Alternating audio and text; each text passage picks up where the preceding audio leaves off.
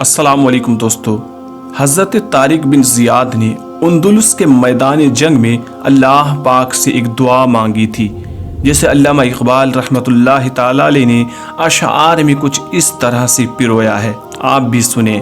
یہ غازی یہ تیرے پر اسرار بندے، یہ غازی یہ تیرے پر اسرار بندے، جنہیں تو نے بخشا ہے ذوق خدائی۔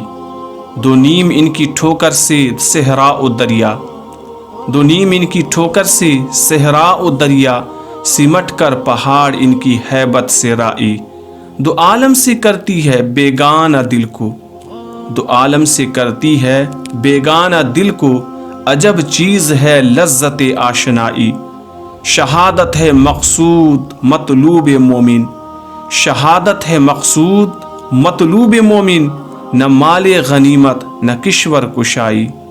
خیابہ میں ہے منتظر لالہ کب سے، خیابہ میں ہے منتظر لالہ کب سے، قبا چاہیے اس کو خون عرب سے۔ کیا تو نے صحرا نشینوں کو یکتا، کیا تو نے صحرا نشینوں کو یکتا، خبر میں نظر میں اذان سحر میں۔ اور آگے کچھ یوں ہے، طلب جس کی صدیوں سے تھی زندگی کو، طلب جس کی صدیوں سے تھی زندگی کو، وہ سوز اس نے پایا انہی کے جگر میں۔ کشادے در دل سمجھتے ہیں اس کو، کشادے در دل سمجھتے ہیں اس کو، ہلاکت نہیں موت ان کی نظر میں۔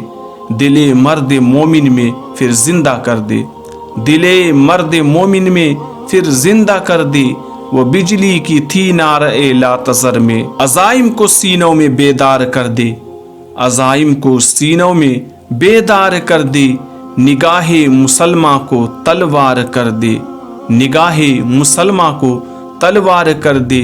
یہ غازی یہ تیرے پر اسرار بندے، جنہیں تو نے بخشا ہے ذوق خدائی۔